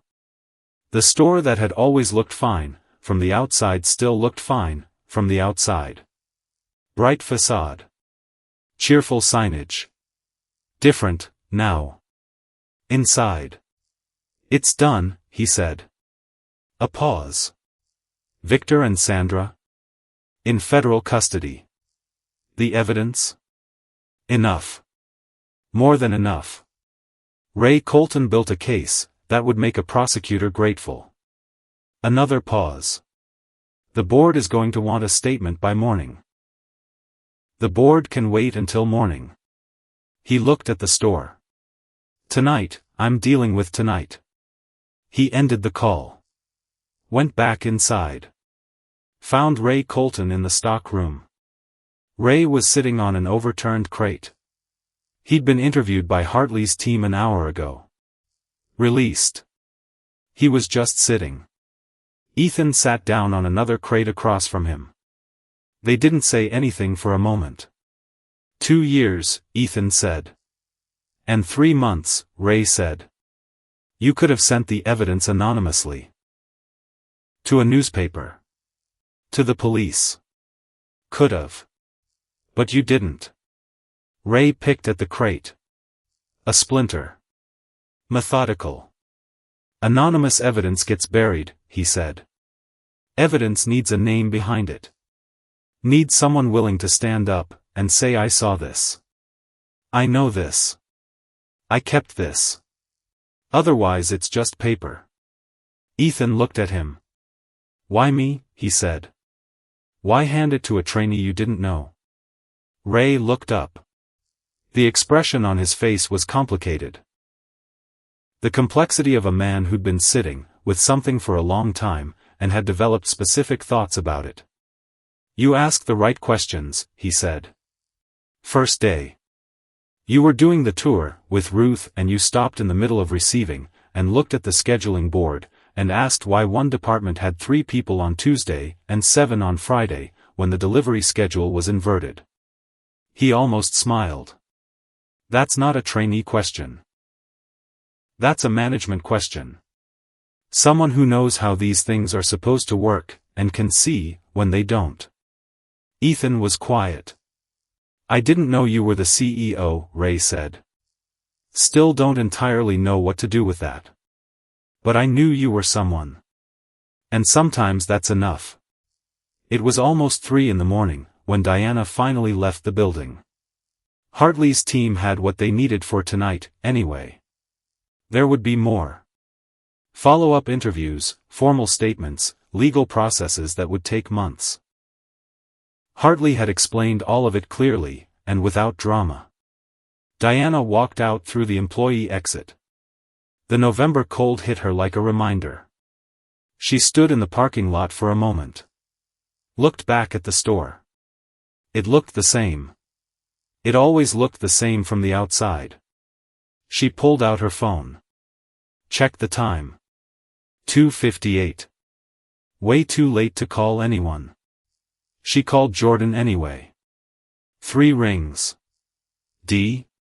His voice, groggy and immediate, the voice of someone who'd been half waiting. You okay? Yeah. Her voice came out smaller than she expected. I'm okay. What happened? She thought about how to answer that. A lot, she said. I'll tell you in the morning. Are you safe? Yeah. And she realized, saying it, that it was true in a way it hadn't been for a long time. I'm safe. She heard him exhale. The specific exhale of a 16-year-old who'd been carrying worry he wasn't supposed to be carrying. Okay, he said. Come home. Coming home, she said. She ended the call. Ethan was standing near the entrance. He'd been there when she came out. She hadn't noticed until now. They looked at each other across the parking lot. She walked toward him. Stopped a few feet away. You could have told me who you were, she said. Yes. Earlier. When I asked. Yes.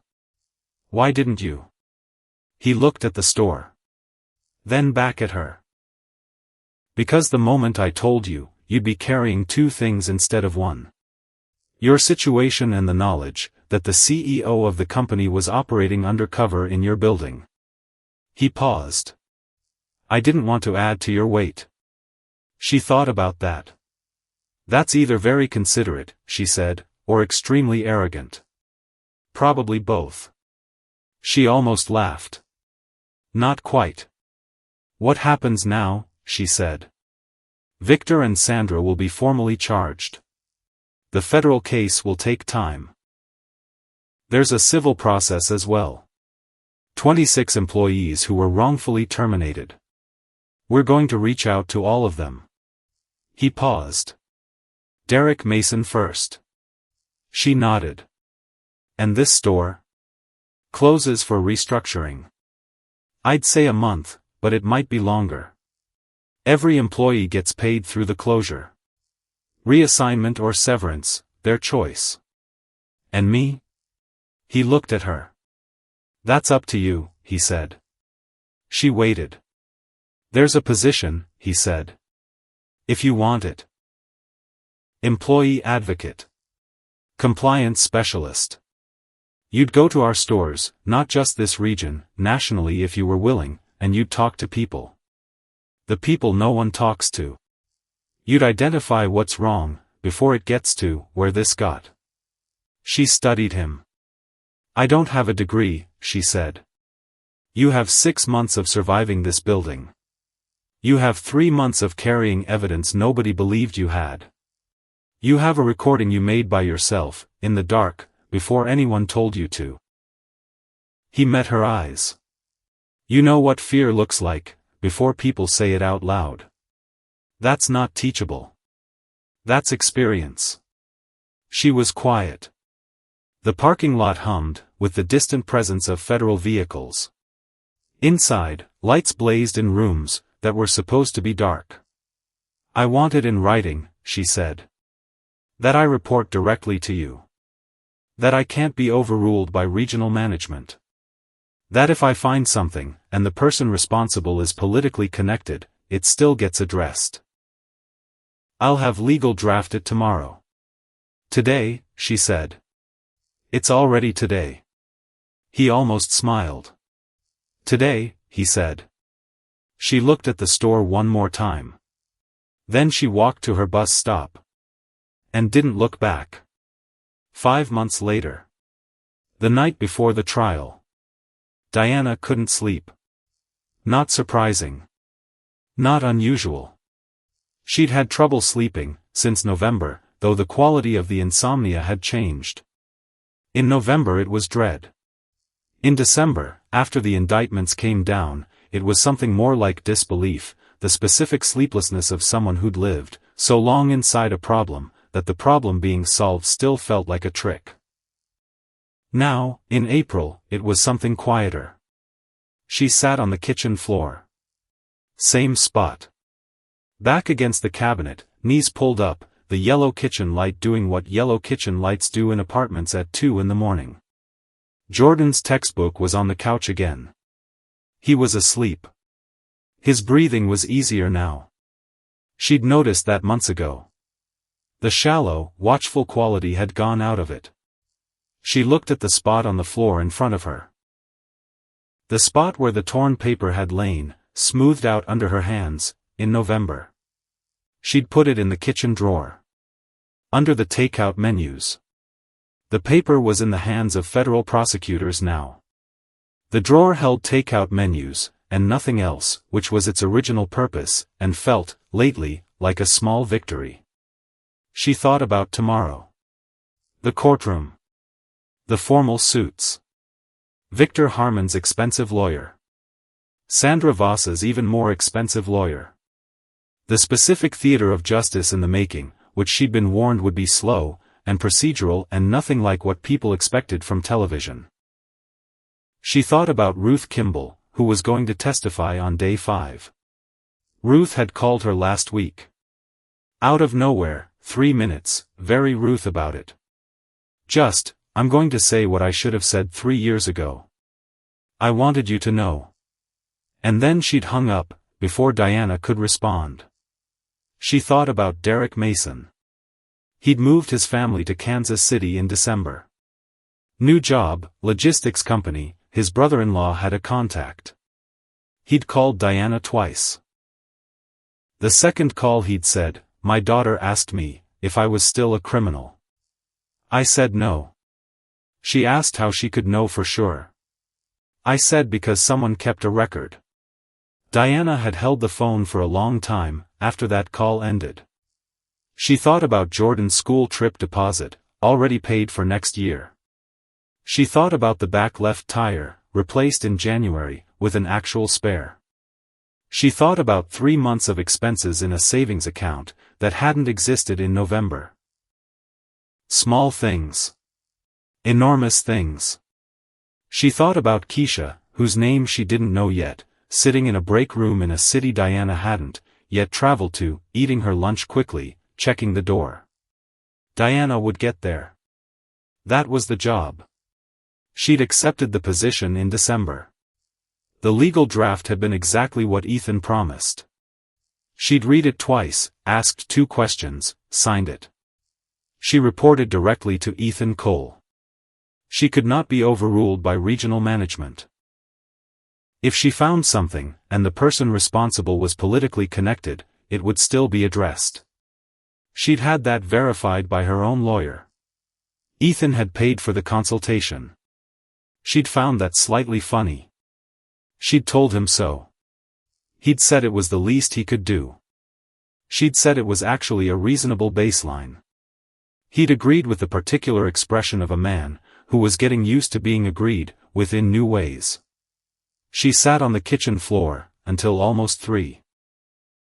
Then she got up, made herself a cup of tea, and stood at the kitchen window for a while, looking at Chicago doing its overnight thing. The quiet movement of a city that never fully stopped, just shifted registers, like a song between verses. Tomorrow the trial began. She was ready. The trial lasted 9 days. The courtroom was full in the specific way of real legal proceedings, not movies. Subdued. Contained.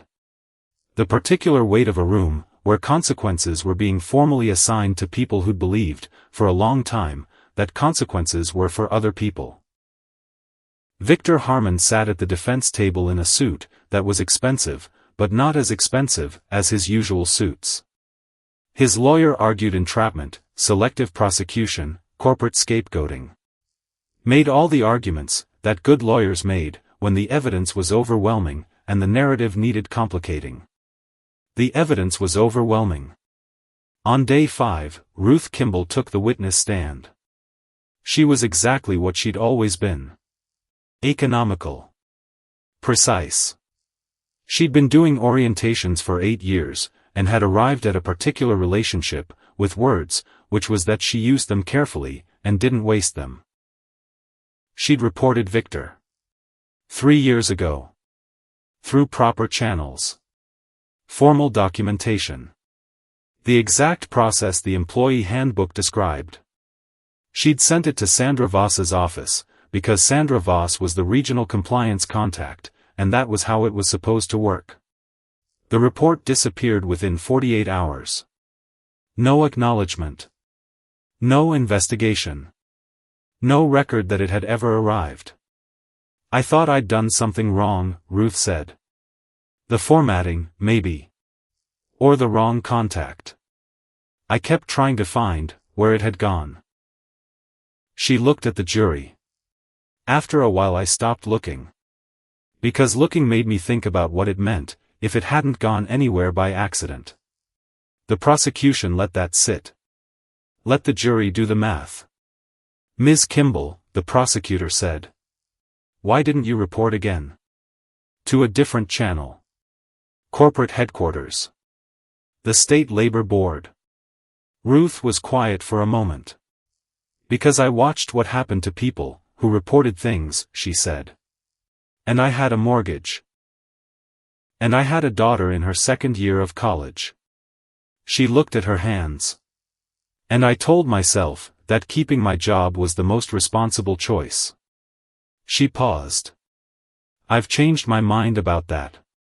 On day 7, Diana took the stand. She wore a blazer she'd bought in January, navy blue, the kind of thing that meant business, without performing it. She sat straight. Looked at the prosecutor.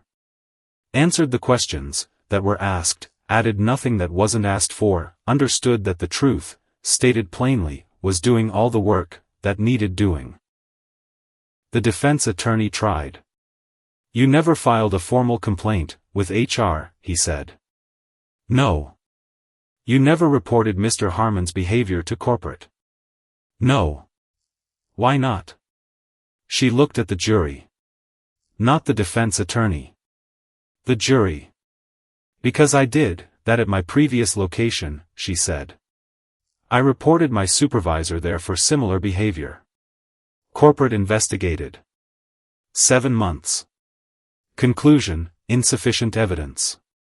I was transferred to Store 01, and told it was a fresh start." She paused.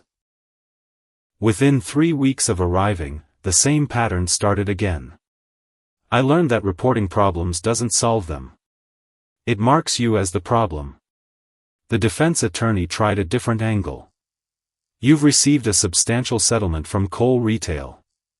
"I have." "You've been given a well-compensated position with the company." "I have." "Isn't it possible that your testimony here today is shaped by those incentives?" Diana looked at him. Steady. Clear.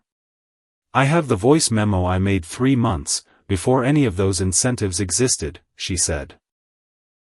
"I made it alone, at 11:30 at night, in a supply corridor, because I watched an innocent man get set up, and I was the only one who knew, and I had nowhere to put that except my phone."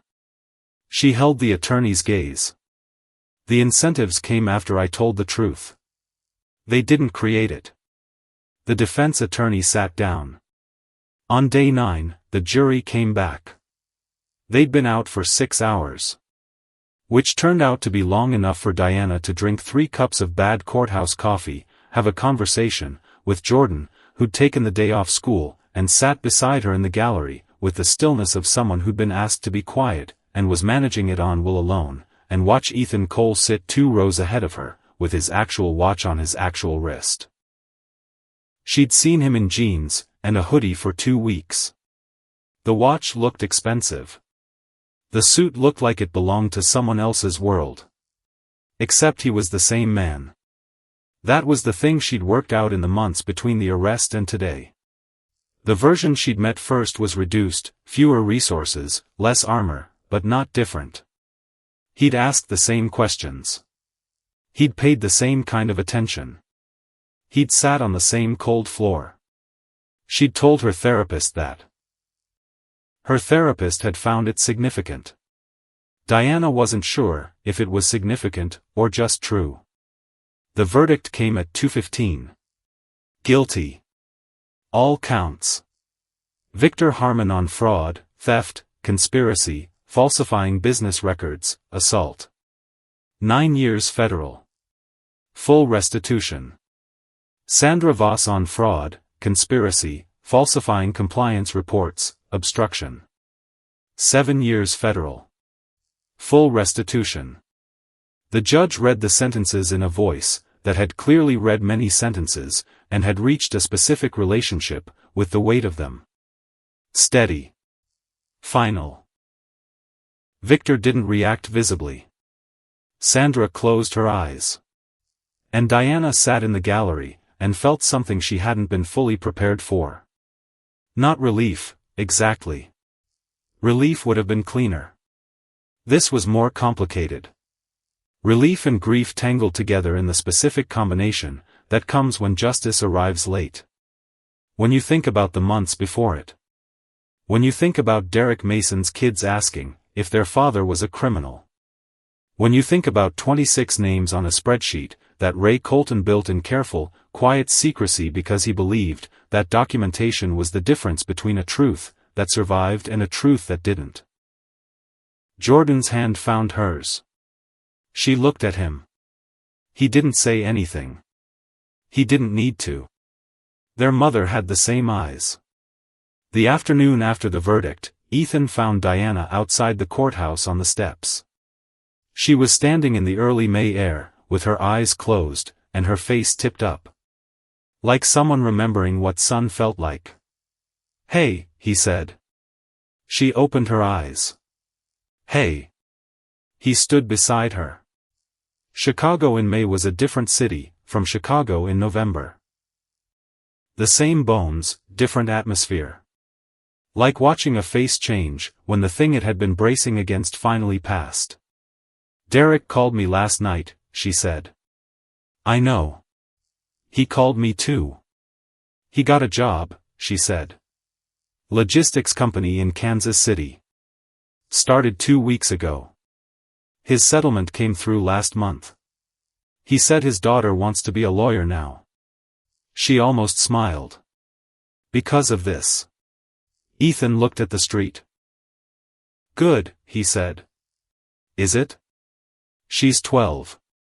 12-year-olds who decide to be lawyers usually grow up to be lawyers. Or they grow up to be something else, and just carry the anger differently. He thought about that. Also possible, he said. She was quiet for a moment. Thank you, she said. He looked at her. You don't need to thank me. I know I don't need to. She kept looking at the street. I want to. There's a difference. He accepted that. Thank you, he said. She looked at him sideways. For what? For the 6 months before I showed up. For keeping the voice memo, when you could have just tried to forget. For going into that room on Monday, with a recording app running, when you didn't know whether it was going to matter. He paused. For deciding that the truth was worth keeping even, when there was no obvious place to put it. She was quiet. I was just surviving, she said. I know. Surviving was the whole thing. Surviving is how the truth made it to today. 3 months after the verdict. A store in Dallas. Diana walked through the employee entrance at 8 in the morning. Cole Retail Store 44. She'd been to 14 stores in the past 3 months. This was 15. The badge on her jacket said Diana Reeves, Employee Advocate. No department. No shift. No cleaning cart. The store manager, a woman named Gail Fontaine, 22 years in retail, met her at the entrance. Welcome, Gail said.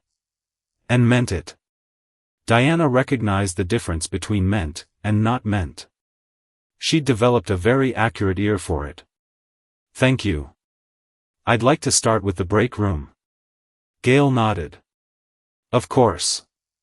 And then I'd like to talk to people. Individually. Without supervisors present. Another nod. I'll set up the conference room. Diana walked through the store. It looked fine. Bright lights. Cheerful music. Customer service representatives smiling at shoppers. The checkout lanes moving efficiently. She'd learned not to trust that surface. Not cynically. Not with suspicion about this specific store, or this specific manager. Just with the understanding that surfaces were surfaces, and what mattered was underneath, and the only way to know what was underneath was to ask the right questions in the right way to the right people. She found the break room. Tidy. Coffee machine. Tables. A row of lockers. The anonymous decency of a space designed to be functional, and nothing more. There was a woman in there. Late 20s. Work uniform. Eating lunch alone at the far table, quickly. The specific pace of someone who'd learned that break time could be interrupted. She looked up when Diana came in. That look. Diana recognized it immediately. The assessment of a newcomer. The measurement of threat level. Hi, Diana said. She pulled out a chair at the adjacent table. Not too close. Mind if I sit? The woman hesitated. I'm Diana. Employee advocate. I'm just here to talk. The woman put down her sandwich. Talk about what? Whatever you want, Diana said. Or nothing, if you'd rather eat in peace. That's okay too. A long pause. The woman looked at the door. Then back at Diana. "I'm Keisha," she said. "Hi, Keisha." Another pause. "What does employee advocate actually mean?" "It means I work for the people who work here. Not for management. Not for the company's quarterly numbers. If something's wrong, something that makes you feel unsafe, or like you can't speak, or like the rules only go one direction, you can tell me, and it goes to the CEO directly. No middle layers." Keisha was quiet. "No one's going to know I talked to you. Not unless you want them to." She picked up her sandwich. Set it back down. "There's this thing," she said slowly. "With the overtime. The way it's being calculated. I've checked the math 3 times, and it's not adding up." Diana pulled out a notebook. "Not for drama. Just to write it down. To make it official. To make it real in the way that things became real, when someone took out a pen and paper and said, 'This matters, I'm keeping track.'" "Tell me about the math," Diana said. And Keisha did. That evening, Diana sat in her rental car in the Dallas store parking lot, and called Ethan. He picked up on the second ring. "How was store 44? "Good, manager," she said. "Genuinely. But there's an overtime calculation issue that's been affecting at least 8 people for 6 months. Software error, maybe. Or someone adjusted a setting, and didn't adjust it back. I'll get accounting on it tomorrow. Tonight." A pause. "Tonight," he said. She looked at the store through the windshield. Same bright facade. Same cheerful signage. Different, now. Because she'd been inside. "Ethan." "Yeah. This is working," she said. "Not perfectly. But it's working." He was quiet for a moment. "I know," he said. "I've been reading your reports. They're very detailed. They're exactly what they need to be." She started the car. "I'll send the Dallas write-up tonight. I have an early flight." "Where next?" "Phoenix. Store 71. Get some sleep." "You get some sleep." She ended the call. Pulled out of the parking lot. The Dallas night was warm. Different from Chicago. Everything out here was drier, wider, the particular geography of a place that had room to breathe. She thought about Keisha eating her lunch quickly in a break room somewhere in Chicago, 6 months ago, 8 months ago, a year ago. Putting down the sandwich, when a stranger came in. Calculating threat level before deciding whether to speak.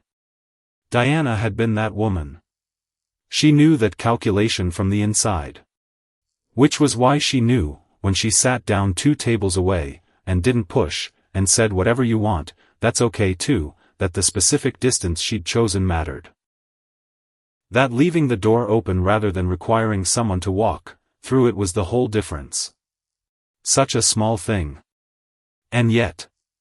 The store had a sign now. Every Cole retail location, since January. Framed. Professional. Near the employee entrance, where everyone saw it on the way in. It said, Cole Retail is committed to treating every employee with dignity. If you are experiencing harassment, intimidation, or unsafe conditions, you have the right to report it, without fear of retaliation. Your voice matters. Your safety matters. You matter. Ethan Cole's signature at the bottom. Diana had read it the day it went up at Store 01. She'd stood in front of it for a while. Long enough that Jordan, who'd come with her to the reopening, had come to stand beside her, and read it too. "Did you write that?" he said. "No." "Did you help?" She thought about it. "I was the reason it needed writing," she said. Jordan was quiet. Then, is that good or bad? She thought about that too. "Both," she said. "Mostly good." He nodded. The nod of a 17-year-old getting more comfortable, with answers that contained more than one thing. Their mother would have liked that about him. Diana walked through the employee entrance. Past the sign. Into the store, that used to be the thing she survived. Which was now just a building. Lit by the same fluorescent lights. Playing the same cheerful music. She walked through it steadily, her badge visible, her purpose clear. She went past the break room, past the management corridor, past the spot near the returns desk, where Gretchen the cashier had once tried very hard not to cry, with a clipboard 3 inches from her fingers. She went to the back warehouse. To the shelving units in the far corner. Where the gap between 2 units still made a small pocket of space just big enough for one person. She stood there for a moment. Looked at it. Then she turned, and walked back to the floor. She had a meeting, with 3 employees who'd requested to speak with her privately. And she was not going to be late.